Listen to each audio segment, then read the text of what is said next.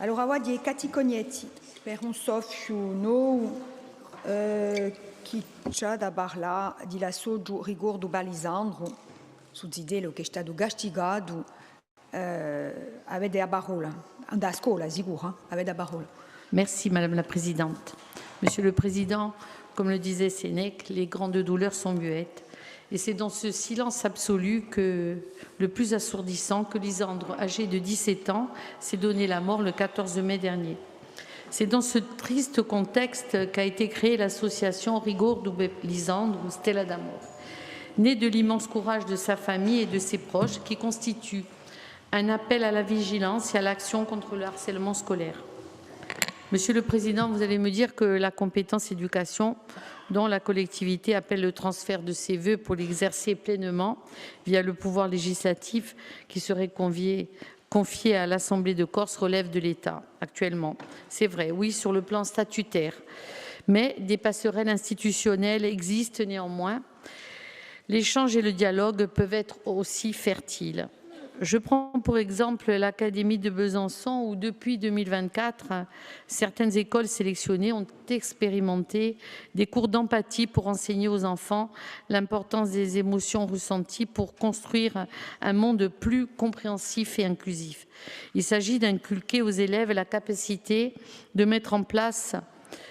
mettre en place à la place des autres et de comprendre leurs émotions et leurs perspectives. En développant cette compétence essentielle, les enfants apprennent à mieux communiquer et à résoudre les conflits.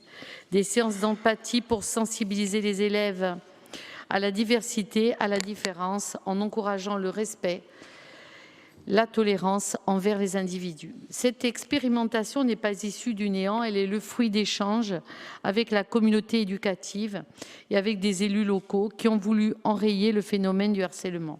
Ça existe ailleurs aussi, même au Danemark notamment, où ces cours d'empathie sont généralisés dans toutes les écoles. Le conseil exécutif comprend en son sein une élue en charge de l'éducation, Lauda Gugici, qui, je le sais, est vraiment investi dans ces domaines, qui dispose de l'autorité institutionnelle pour proposer que soit insérée dans le projet académique l'expérimentation de ces cours dans certaines écoles de l'île. Surtout que le document couvre la période 2025-2030. Nous sommes tous attachés à la langue corse, mais aussi au bien-être de nos enfants. C'est la suggestion que je vous propose et que je vous propose de porter collectivement. Dans le même ordre d'idées, et comme source d'isolement pouvant mener au harcèlement, il y a la prise en compte du handicap dans les écoles qui va en se dégradant. Il y a de moins en moins d'AVSI et lorsqu'il y en a, les conditions sont souvent limitées au niveau horaire ou formation. Combien d'enfants en situation de handicap se trouvent de fait déscolarisés et mis à l'écart de leur génération? Là aussi, la collectivité doit afficher une prise de conscience et être force de proposition dans l'intérêt des plus vulnérables.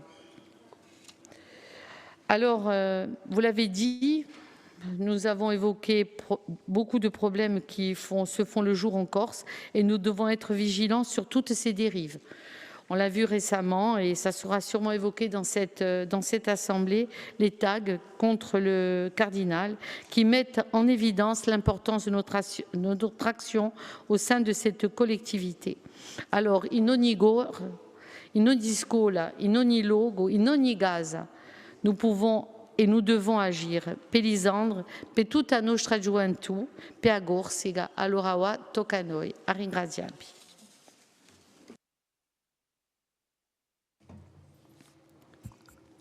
Donc, pour l'exécutif qui va s'exprimer, Bianca Fazzi. Ringrazio Presidente. Salute a tutte e a tutti. Je réponds pour Lauda Guidicelli, cara consigliera, cara Gatti. Ma réponse sera peut-être un petit peu plus longue puisqu'il y a deux questions en une en fait. Donc la question que vous soulevez, la première, m'amène tout d'abord à avoir une pensée pour la famille de ce jeune garçon, Lisandro Gazzasoprane, qui a mis tragiquement fin à ses jours le 14 mai dernier. Nous avons d'ailleurs reçu la famille, ses parents très courageux.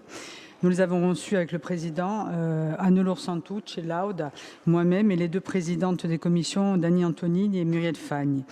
Ils ont pris la décision de créer cette association Rigor par Lisandro Stella d'Amor pour poursuivre son combat contre le harcèlement scolaire, mais pas que contre le harcèlement, et pour être aux côtés de parents et des enfants qui en sont victimes. Nous voulons leur dire, comme à toutes les familles concernées, je pense également à Jean Toussaint Santogne et à sa famille, qui avait mis fin à ses jours également il y a quelques années, que le Conseil exécutif est à leur côté pour éviter que de tels drames ne se reproduisent. Trop de jeunes en sont encore victimes, trop de jeunes pensent à faire un geste irréparable, trop encore n'osent pas en parler. Et pourtant, il faut absolument libérer la parole sur ce sujet. L'école est un lieu où les enfants commencent à faire société. Ils y apprennent bien plus que des savoirs, ils y découvrent le respect des autres, la richesse des différences et les règles de vivre ensemble. Mais l'école, c'est aussi le reflet de notre société avec ses tensions, avec ses violences, comme le harcèlement. Notre société corse est porteuse de valeurs fortes. Nous devons collectivement continuer à les transmettre, mais elle a aussi le côté obscur de la chose. Et malheureusement, nous devons en prendre conscience et faire ce qui est en notre pouvoir. Le harcèlement est une violence souvent peu visible, qui peut prendre la forme de violences physiques répétées, de violences verbales et psychologiques, insultes, moqueries, humiliations, ont pour seul but de blesser et de nuire à la personne.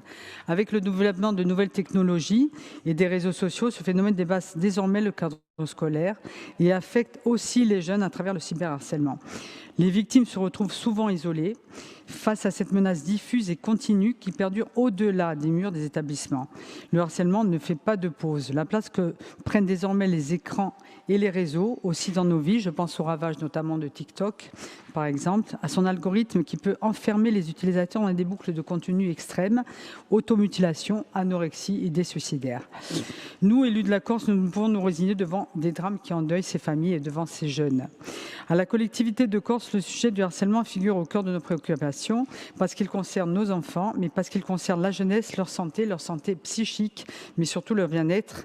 Et vous connaissez l'engagement de l'AUD et l'engagement de tout le Conseil exécutif à ce sujet.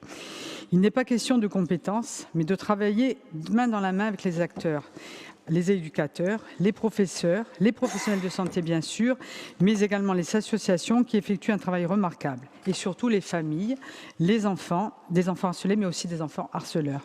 C'est pourquoi la collectivité de Corse mène depuis plusieurs années des actions de prévention dans ce domaine, dans une démarche partenariale avec le rectorat, bien entendu, avec qui nous travaillons mieux depuis quelques années. C'est à souligner également, puisqu'il fut un temps où il était difficile de rentrer au niveau du scolaire. Et nous avons bien travaillé dans le cadre du projet académique Scola 2030 porté par le recteur Jérémy Paolini, particulièrement sur l'axe 3 qui prévoit de garantir, je cite, un climat scolaire serein et assurer le bien-être des élèves et des personnels. La collectivité est clairement citée comme partenaire de l'école. Il y est même prévu d'évaluer celle-ci au regard d'indicateurs comme la mise en place de cours d'empathie que vous appelez de vos voeux. Nous sommes cités car depuis plusieurs années maintenant, les services de la DGA, notamment sociales, sont pleinement mobilisés autour de la question du développement des compétences psychosociales, notamment pour la formation des professionnels, en moyenne de 200 par an, qui interviennent auprès des enfants, comme enseignants, futurs enseignants. Cet outil est une véritable arme de prévention qui vise à favoriser le bien-être et à prévenir les violences depuis le plus jeune âge. C'est un véritable outil de lutte contre le harcèlement scolaire. Concrètement, en 2025, plus de 600 élèves en ont bénéficié à Ajaccio, Bastia, à Corte, Ponte Alecce et en Balagne. Nous savons que cette approche est un véritable investissement social qui se fait à l'échelle d'une génération et que nous sommes convaincus de son impact positif, mais qui prendra plusieurs années, évidemment. Elle permet de dépasser le périmètre de l'école et de se propager également dans le cadre familial, au sport, dans la rue, et elle contribue à faire société. Les services de la jeunesse de la collectivité de Corse se mobilisent aussi pour faire front commun face à ce fléau. Nous menons des actions, nous intervenons dans les collèges, nous échangeons dans le cadre de notre mission d'information jeunesse. L'an dernier, nous avons mené un projet toute l'année avec l'équipe du Collège de Lourdes, et dans ce projet, la fondation Oumagne, portée par Jean-François Bernardine, son président, était à nos côtés. Les jeunes ont appris, la créativité a été encouragée, et la parole s'est libérée. Notre politique porte ses fruits puisque depuis l'instauration de ces actions, plusieurs cas de jeunes victimes ont été orientés vers les partenaires. Dans le cadre de la future conférence jeunesse qui sera mise en place en décembre, un des premiers axes de travail qui sera proposé par Lauda Gudicelli sera le harcèlement scolaire. Je pense également aux actions que nous menons dans la lutte contre les discriminations, par exemple sur les orientations sexuelles, qui peuvent être une source de souffrance à l'adolescence, par exemple. Enfin, il faut souligner qu'il existe aussi des maisons des adolescents qui sont des lieux ressources pour accompagner les familles.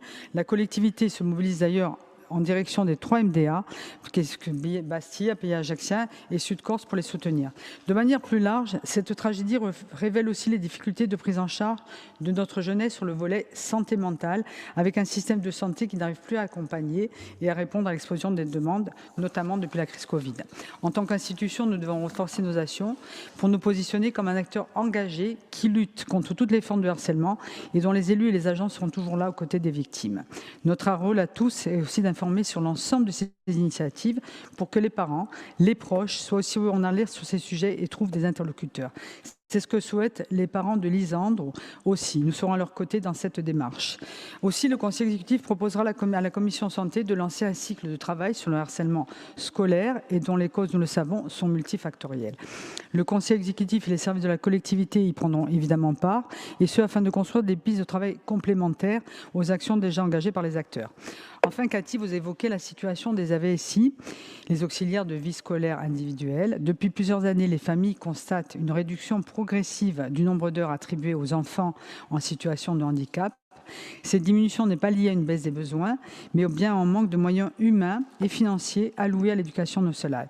Pour information, notre MDPH, à travers la CDAPH, a toujours attribué des AESH en fonction des besoins des élèves et non des moyens. Néanmoins, faute de moyens, les préconisations en termes d'heures d'intervention ne sont pas toujours respectées. De plus, les AESH sont souvent employés à temps partiel, imposés avec des contrats précaires et une rémunération très faible. Ceci engendre un manque de reconnaissance qui rend difficile le recrutement. Ces conséquences sont assez lourdes pour les élèves qui restent sans accompagnement suffisant et ne peuvent pas suivre les apprentissages dans de bonnes conditions. Nous le regrettons comme vous vivement et nous nous mobilisons pour que cela évolue. Vous l'aurez compris, nous sommes aux côtés des familles pour que leurs enfants et nos enfants puissent s'épanouir et qu'ils vivent au mieux leur scolarité. Nous continuons à nous battre sans relâche pour apporter, avec l'ensemble des acteurs compétents, des réponses fortes aux fléaux qui touchent notre jeunesse. Ringraziavi.